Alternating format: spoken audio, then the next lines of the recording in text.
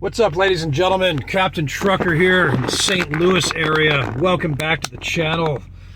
I want to share with you all some of my story as part of our continuing series of how I became an expat in the Philippines and what I was doing beforehand and how this transition took place. So welcome to the channel, welcome new subscribers and everybody. As some of you know, I'm a father of a Filipino, and I have a family in the Philippines where I've built a house. That's a true story. But my life had many journeys before I came out to the Philippines. I've talked a little bit about this on the channel, but I thought I would share more from those days because it can actually help some people who are in similar situations, hopefully. So, people used to ask me what I did for work before I was like a truck driver. I never really thought of myself as a truck driver, but this job is like really good for people who want to be expats because you can travel, work, live on the truck, fly overseas, come back and do it again, right? Save money, all that good stuff. It's kind of hardcore. This isn't the easiest lifestyle, and yeah, not everybody can do it or should do it.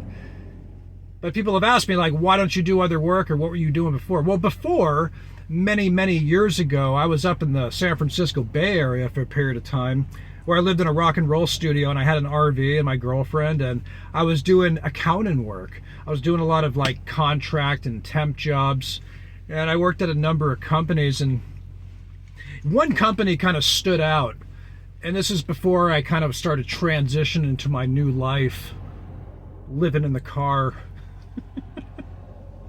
and eventually going to the Philippines to become a father and all that. So anyway, back in the Bay Area, a lot of Filipinos, by the way, up in the Bay, Daly City, shout out. It's where I met my first Filipino girlfriend.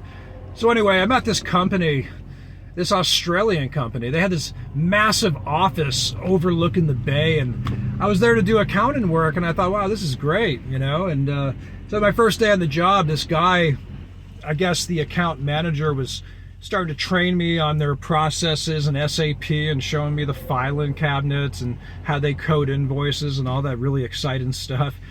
And anyway, so I'm kind of looking at some of the files, and I noticed on their flights, they had these like astronomical expenses.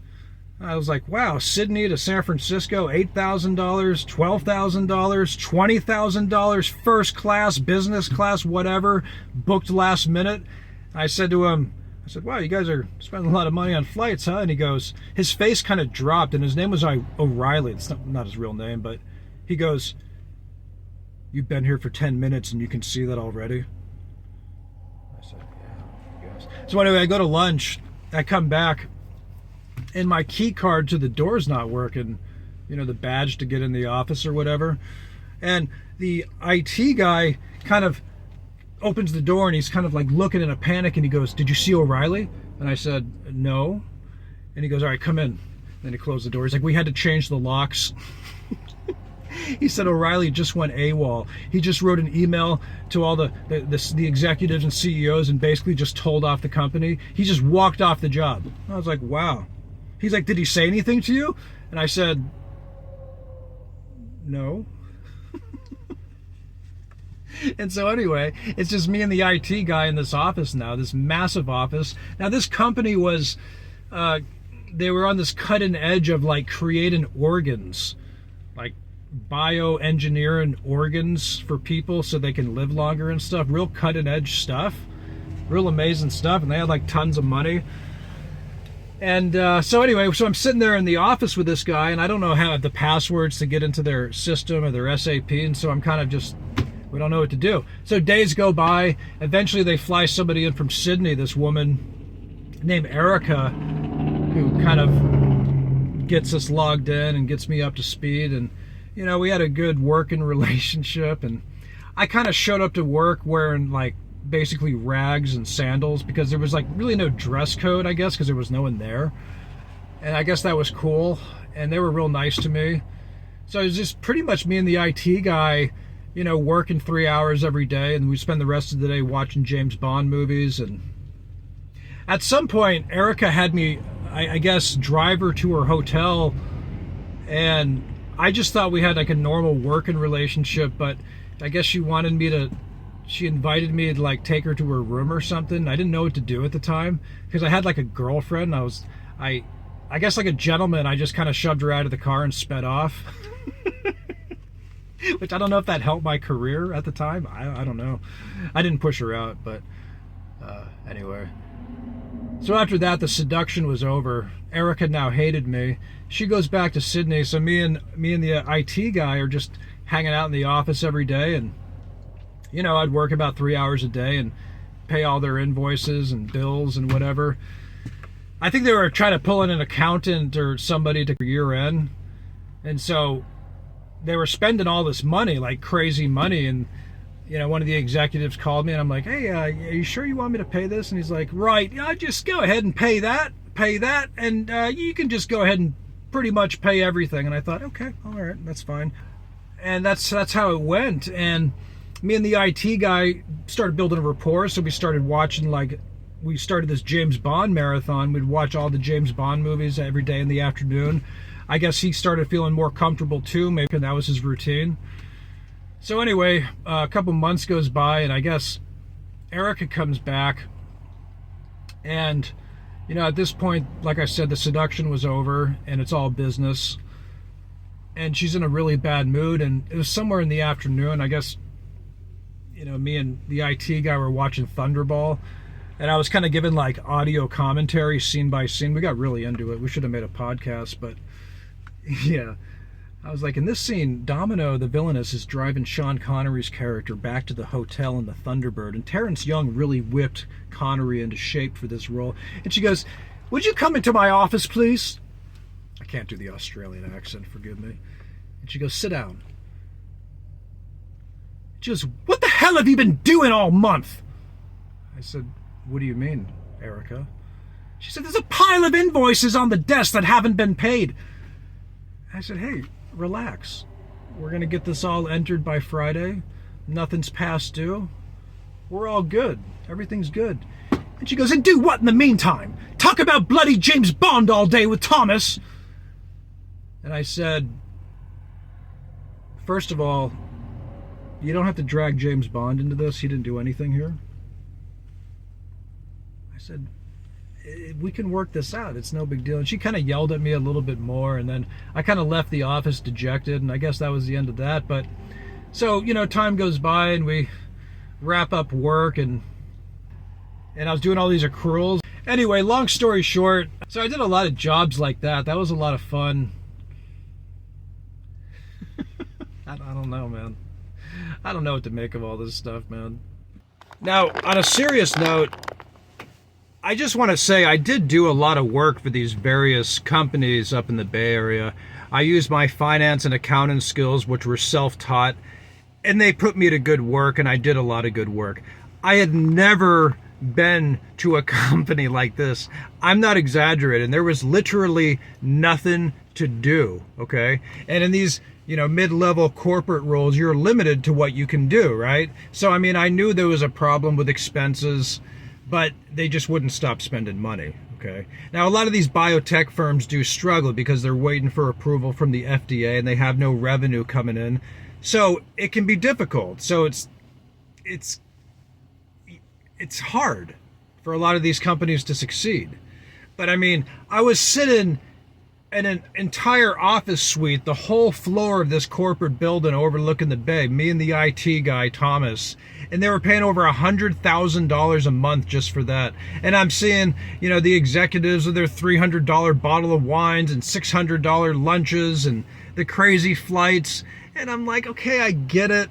I know they can technically afford it, but there's just a level of, in that genre of just, it's obscene. Right? I mean, that's kind of why I admire those guys like Jeff Bezos, right? Because he drove like this 1990 Honda Accord despite being a billionaire. And I admire guys like my brother who's run successful companies and he doesn't flash money because there's a certain degree of humility.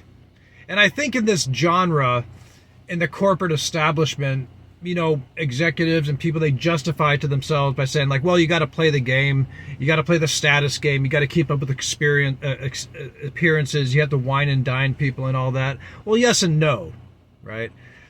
And I think when you're doing something for humanity, like creating organs, I think it requires a little bit of humility. And I just wasn't seeing that there, and that's okay. It's not for me to judge, right? I was just there, I guess, basically to pay their bills, and that's all they wanted. But I warned them. I told them that they had a lot of expenses. Real quick story, the CEO did show up once. This like old Australian dude, and he was really cool. He goes, "Howdy, mate."